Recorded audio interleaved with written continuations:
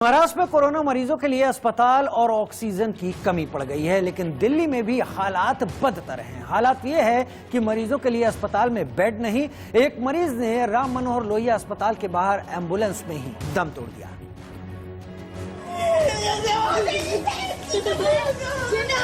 Corona मरीज के परिजनों की चीख दिल हिला देने वाली है। दिल्ली के राम मनोहर लोहिया अस्पताल में एक मरीज को बेड नहीं मिला और एम्बुलेंस में उसकी हालत खराब होती गई। मरीज का परिवार मदद की गुहार लगाता रहा, लेकिन मदद कहां से मिले? पेशेंट आया था ऑक्सीजन में, CPR देकर डॉक्टर कोशिश कर रहे हैं। अस्पताल में एम्बुलेंस के आने का सिलसिला तो जैसे रुकने का नाम नहीं ले रहा और दिल्ली के सभी अस्पतालों में कमोबेश यही हालत है।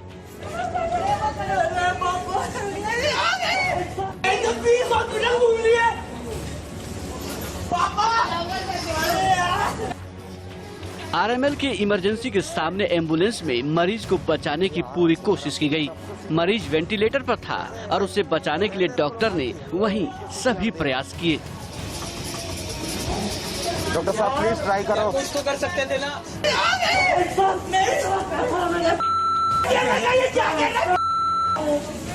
अरे यार, ऐसा लगा कि डॉक्टर की कोशिश रंग ला रही है, लेकिन मरीज ने दम तोड़ दिया।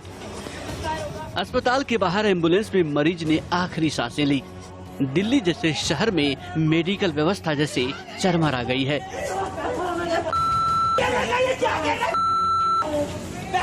दिल्ली ही नहीं, पास के गाजियाबाद में भी दर्दनाक तस्वीर सामने आई। एक कोरोना मरीज को लेकर उसका बेटा अस्पताल की तलाश में घूमता रहा, लेकिन कहीं बेड नहीं मिला और बाइक पर ही मरीज ने दम तोड़ दिया। शर्मनाक बात तो ये रही कि उनके पिता का शव 2 घंटे तक सड़क पर यूं ही पड़ा रहा। बाद में किसी तरह शव हटाने का इंतजाम हुआ। दिल्ली के एक निवासी थे जो अपने फादर को दोपहर से दिल्ली के अस्पतालों में लेके घूम रहे थे। उनका ऑक्सीजन लेवल कम था। 14 तारीख से उनको तेज बुखार था, लेकिन दिल्ली में उनको इलाज नहीं मिला। वो उसको बाइक पे बैठा के गाजियाबाद में लेके आए। यहाँ भी किसी अस्पताल में, क्योंकि अस्पताल सारे बेड से फुल हैं, जगह नहीं है, तो वो किसी और अस्पताल में लेके जा रहे थे। इसी दौरान उनकी बाइक से एक बैठे बैठे गिर गया। पता लगा कि उनकी डेथ हो गई। 1 घंटे तक बॉडी यहाँ पड़ी रही, कोई आया नहीं। हमने एम्बुलेंस की व्यवस्था करा के उनको दिल्ली भेज दिया है। क्योंकि दिल्ली का निवासी एक बाइक पे घूम रहा है, अपने को बचाने के लिए उसका बेटा घूम रहा है, उसके बाप उसके सामने मर जाए, कितनी दुखद घटना है। तो दिल्ली में हालात क्या है, इस रिपोर्ट के जरिए आपने जाना किस तरीके से स्वास्थ्य व्यवस्था चरमरा गई, जिसके संकेत दिल्ली के मुख्यमंत्री अरविंद केजरीवाल ने लॉकडाउन की घोषणा करते वक्त भी दिए थे। लेकिन इस वक्त की बड़ी खबर आ रही है, दिल्ली के अस्पतालों में 12 घंटे के करीब की ऑक्सीजन बची है।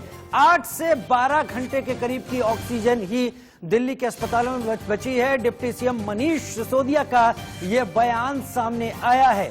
दीनदयाल उपाध्याय अस्पताल में 12 घंटे की ऑक्सीजन है। LNJP में 12 घंटे की ही ऑक्सीजन बची हुई है। बुराड़ी के अस्पतालों में 8 घंटे की ऑक्सीजन। अंबेडकर अस्पताल की बात करें 24 घंटे की वहां पर ऑक्सीजन है। दीपचंद बंधु अस्पताल में 8 घंटे की ऑक्सीजन। संजय गांधी अस्पताल की बात करें 12 घंटे की ऑक्सीजन ही बची है। बाबा साहब अंबेडकर अस्पताल में 8 से 10 घंटे के बीच। BL कपूर अस्पताल की बात करें 8 से 10 घंटे की ऑक्सीजन बची है। अस्पताल में ये आलम है इस वक्त। वेंकटेश्वर अस्पताल की भी बात करें 4 घंटे की ऑक्सीजन। बत्रा अस्पताल में 8 घंटे की। गंगाराम अस्पताल में 16 से 18 घंटे की ऑक्सीजन बची है। होली फैमिली अस्पताल की बात करें तो वहां भी काफी कम ऑक्सीजन बची है।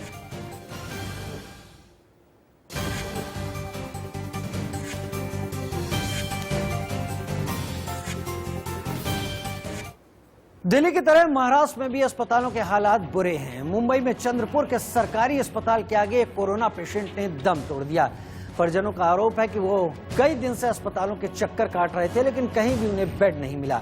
इलाज के लिए परिजन दर बदर भटकते रहे, लेकिन इलाज हो ही नहीं पाया। एक जैसे हालात। ये चापी से शनिवार को लेके गए तो डॉक्टर बोले कि यहाँ पे वेंटिलेटर ऑक्सीजन की व्यवस्था नहीं है, बेड की व्यवस्था नहीं है। बोले तो बाद में घर में जाओ। बोले हम घर गए। फिर 6 बजे नगराड़े कामरे डॉक्टर के हॉस्पिटल में गए। गला बंद हो गई। तो दूसरे दिन संडे आ गया, संडे में कोरोना टेस्ट नहीं हो रही थी, सब बंद हो गया था। तो संडे के 2 बजे हम लेके आए, पहले गए CHL, वहाँ पे ऑक्सीजन नहीं है, बेड नहीं है बोले। बाद में सरकारी में आए, सरकारी में भी बेड नहीं है, ऑक्सीजन नहीं है बोले। फिर हम प्राइवेट में घूमे, एक ही दवाखाना खोला नहीं, सब गेट बंद थे। एक भी ऐसे आवाज नहीं, कोई ऐसे उठ ही नहीं रहा था। डबल हम नहीं किया, वो नगरानी डॉक्टर बोले कि वेंटिलेटर लगाओ, तब तक जाओ दवाखाने में। जैसे आए वहाँ पे यहाँ पे जाए।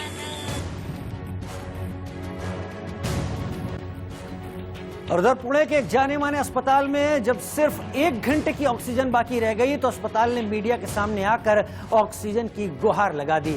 अस्पताल में कई मरीज वेंटिलेटर पर हैं और ऑक्सीजन पर हैं, लेकिन ऑक्सीजन की सप्लाई अस्पताल में हो ही नहीं पा रही। अस्पताल में जब सिर्फ 1 घंटे का ऑक्सीजन बाकी रह गया तो अस्पताल ने मीडिया के सामने आकर ऑक्सीजन की गुहार लगाई। अस्पताल में कई मरीज वेंटिलेटर पर हैं, लेकिन ऑक्सीजन की सप्लाई नहीं हो पा रही।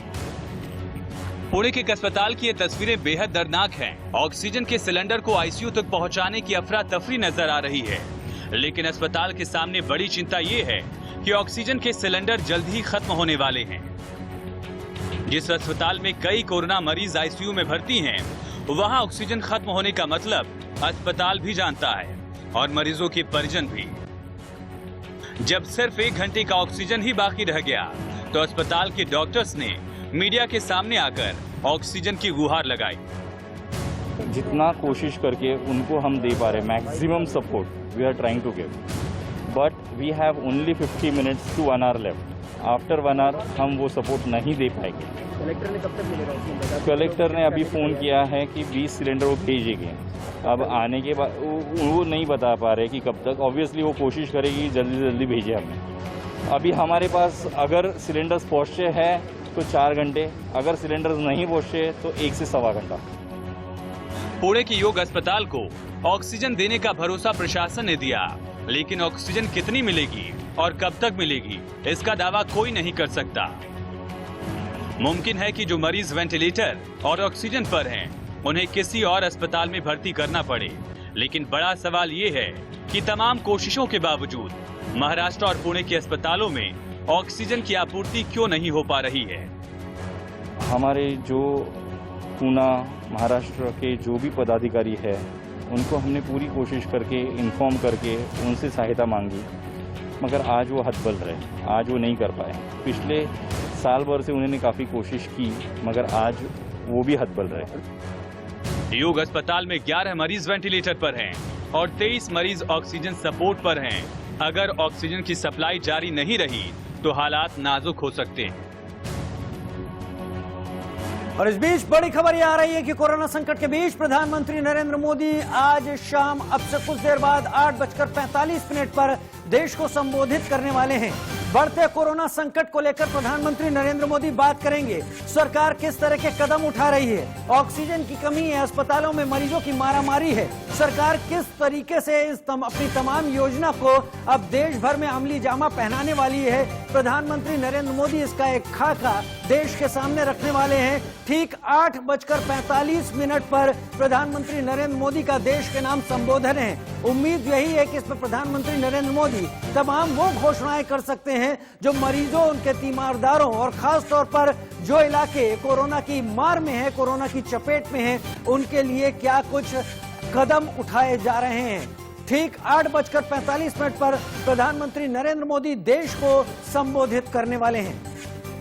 ब्रजेश पांडे हमारे साथ फोन लाइन पर इस वक्त जुड़ रहे हैं। ब्रजेश, देश की हालत किसी से छुपी नहीं है कोरोना को लेकर। ऐसे मौके पर प्रधानमंत्री नरेंद्र मोदी का संबोधन, हम क्या उम्मीद कर सकते हैं?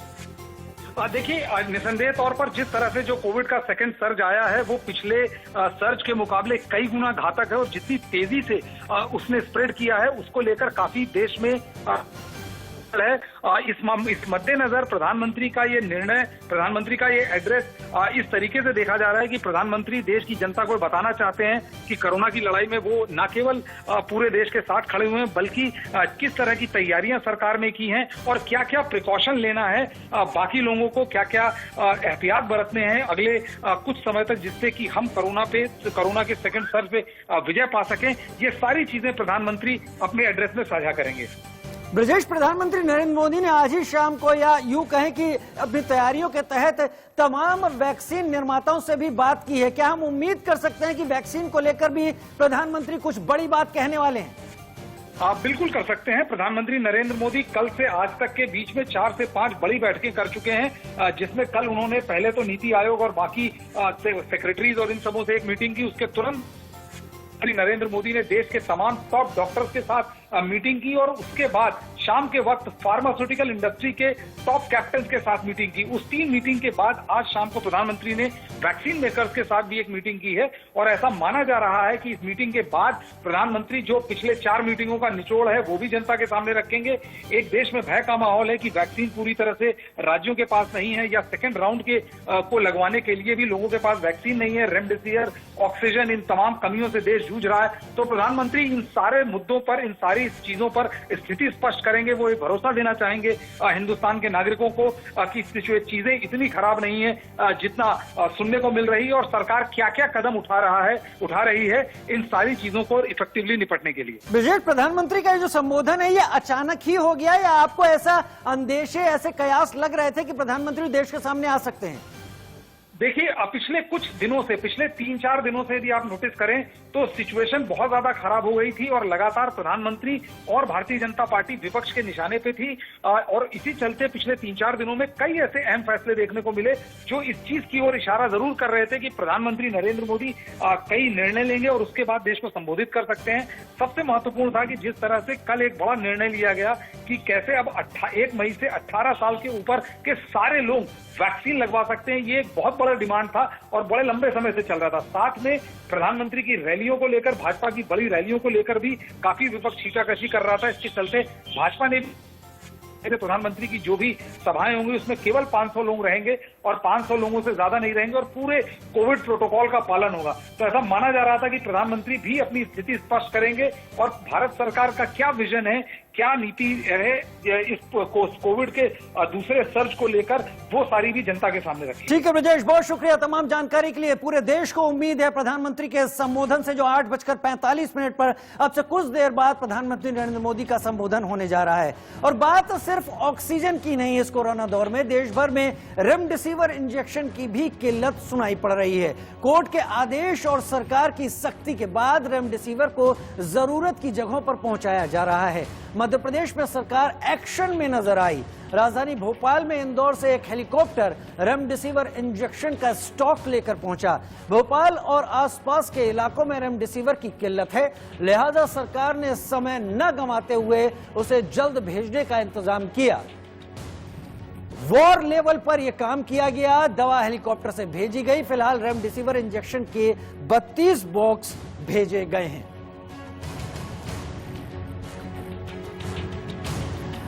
और रेमडेसिविर जैसे जरूरी इंजेक्शन की किल्लत इस वजह से भी है कि इसकी ब्लैक मार्केटिंग हो रही है। दिल्ली में कालाबाजारी के कई मामले सामने आए। मोटी कीमत लेकर यह दवा ब्लैक में बेची जा रही है और इसका सबूत तब मिला जब दिल्ली पुलिस ने इस मामले में 2 लोगों को गिरफ्तार किया। जबकि देश कोरोना से जूझ रहा है, कुछ लोगों को पैसा कमाने का अवसर मिल गया है, लेकिन पुलिस सतर्क है और इस मामले में तेजी से कार्रवाई हो रही है।